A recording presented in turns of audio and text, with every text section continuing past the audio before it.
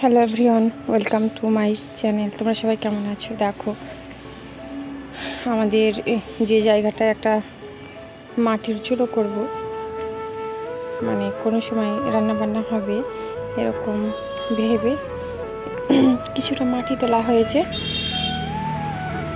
এই তো মাটি তোলার কাজটা কালকে হয়ে গেছে। এবার এগুলা ঘেরার বিষয় আছে, ঘেরা হয়ে গেলে এখনও কয়েকদিন সময় লাগবে। অনেক কিছু জিনিস এখানে জমানো আছে, সরিয়ে নিতে হবে।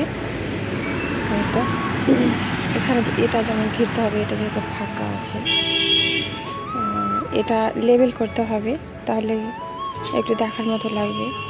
এখনও অনেক করতে হবে, কাজ করতে আছে, এখন সম্পূর্ণ কাজ হয়নি।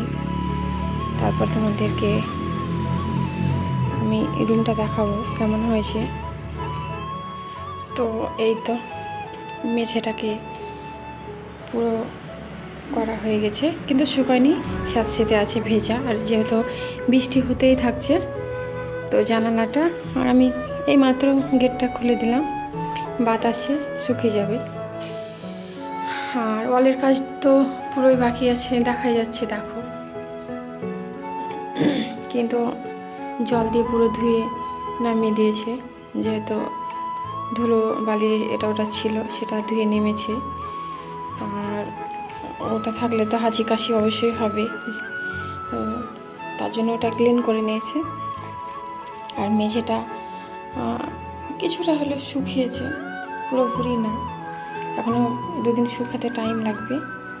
আর হচ্ছে আর একটা, এটা অন্ধকার, যেহেতু এখনও এক সাইড খোলা হয়নি। এটা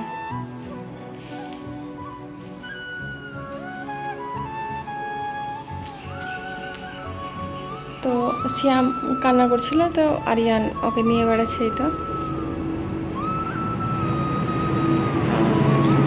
সমস্ত জিনিস বাইরে বের করে দেওয়া হয়েছে, কিছুই নেই। আর এখানে একটা ছোট্ট রুম আছে, এটা আজকে কালার করবে।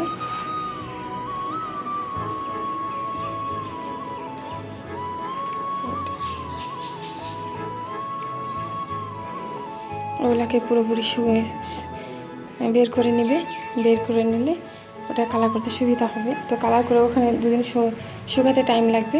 তো ওটা শুকা হয়ে গেলে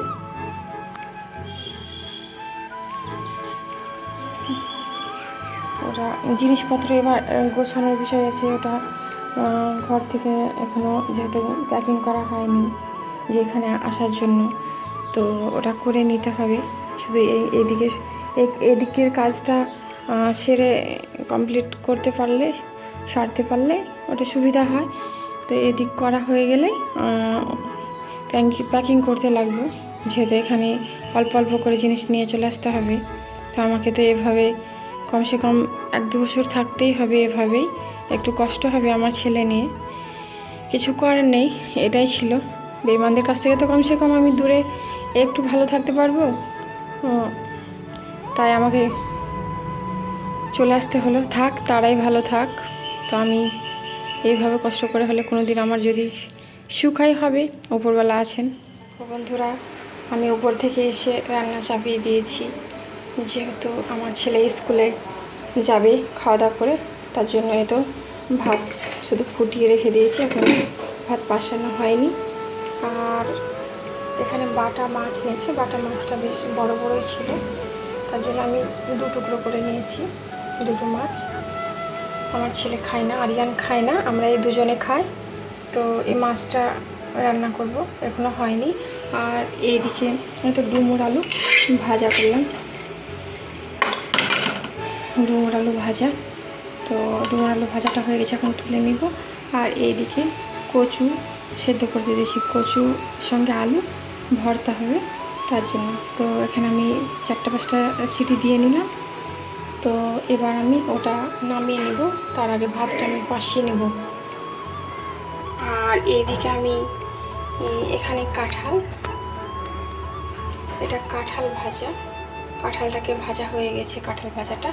আর এখানে আছে ডিম পোচ করলাম ছেলের জন্য, যেহেতু আমরা মাছ খাবো, তো আরিয়ান মাছ খায় না কাটার ভয়ে, তো তাই আমি আরিয়ানের জন্য ডিম পোচ করে নিলাম। তো বন্ধুরা তোমরা দেখতে থাকো আমার ভিডিওটা, তোমাদের ভালো লাগে। একটা ঘর কালার করছে, এখনো কাজ হয়নি, চলছে কালার। এই তো ছোটো ঘরটা যেখানে সবসময় থাকা যাবে। এই তো কালার মিস্ত্রি।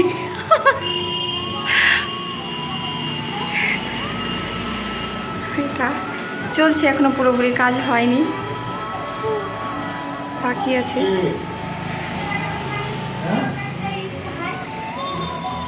এখনো 2-3 দিন সময় লেগে যাবে।